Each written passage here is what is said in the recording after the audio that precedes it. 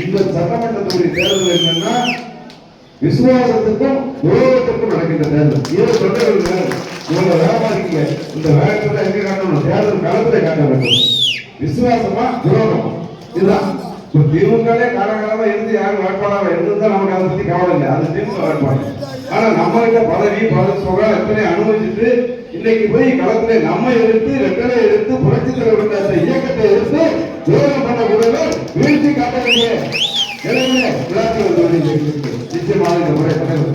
ஏன்னா விளையாட்டு வந்து வரலாற்று பற்றி சொல்லுவாங்க சொன்னால் தேவந்தானுக்கு தெரியும். நம்ம எங்க காடு பணியில கூட கட்டுப்படுத்த முடியாதவங்க எங்க நாட்டில் என்ன நிர்வாகம் பார்த்தீங்க, எப்படி ரவுடிகளை சமூக விரோதிகளை கட்டுப்படுத்துவீங்க. அதனாலதான் இன்னைக்கு நாடு பூரா போதைப் பொருள் நடமாட்டம், தலைவர்கள் இன்னைக்கு பெண்களுக்கு பாதுகாப்பு இல்லை. நம்ம வேலை ஒரு மாணவிக்கு நடந்த கதையை பார்த்து இன்னைக்கு நாடே கண்கலங்கி கதிகலங்கி போயிருக்கு. அதே போல தனது ஒரு வேளாண்மை வந்து ஒரு தாய் மகளும் பட்ட போதிலே வேலைக்கு இல்லை வீட்டுக்குள்ளே அவங்க வீட்டிலேயே பாலியல் கொலை செய்யப்பட்டாங்க. இது ஆட்சி, இந்த ஆட்சி தேவையா? இதெல்லாம் பெண்களுக்கு நீங்க சொன்னாலும் இந்த ஆட்சியில பெண்கள் பாதுகாப்பாக இருக்க வேண்டும், விலைவாசி குறைய வேண்டும். தேர்தல் வாக்குறுதிகள் நம்ம தேர்தல் வாக்குறுதிகள் சொன்ன நேரம் காலம் நம்ம கடந்த காலங்களில் தேர்தல் வாக்குறுதி சொன்னதை செய்திருக்கின்றோம். சொல்லதை செய்ய முடியாததை சொல்லி ஏமாற்ற கட்சி திமுக, சொன்ன சொல்லை காப்பாற்ற கட்சி அதிமுக என்பது மக்களுக்கு தெரியும்.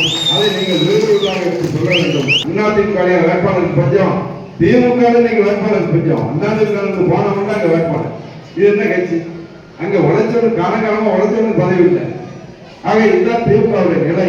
அண்ணா திராவிட முன்னேற்ற கழக தேர்தல் அறிக்கையிலேயே வைப்பாறு தாமரை இணைப்பு நாங்கள் ஆட்சி கொண்டோட விரைவில் நடைமுறைப்படுத்தப்பட்ட அறிவிப்பை நாங்கள் செஞ்சிருக்கோம். இன்னைக்கு கட்சி தொடங்கின உடனே நேர கோட்டையில் இருக்காங்க பார்க்கணும்.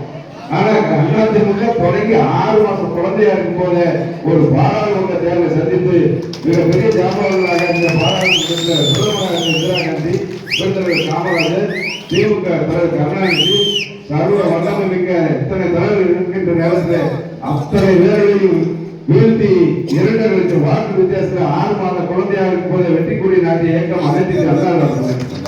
எனவே இங்கே துரோகிகளுக்கு இடமில்லை என்ற வரலாற்றை நீங்கள் இந்த தேர்தலை உருவாக்கியே காட்ட வேண்டும்.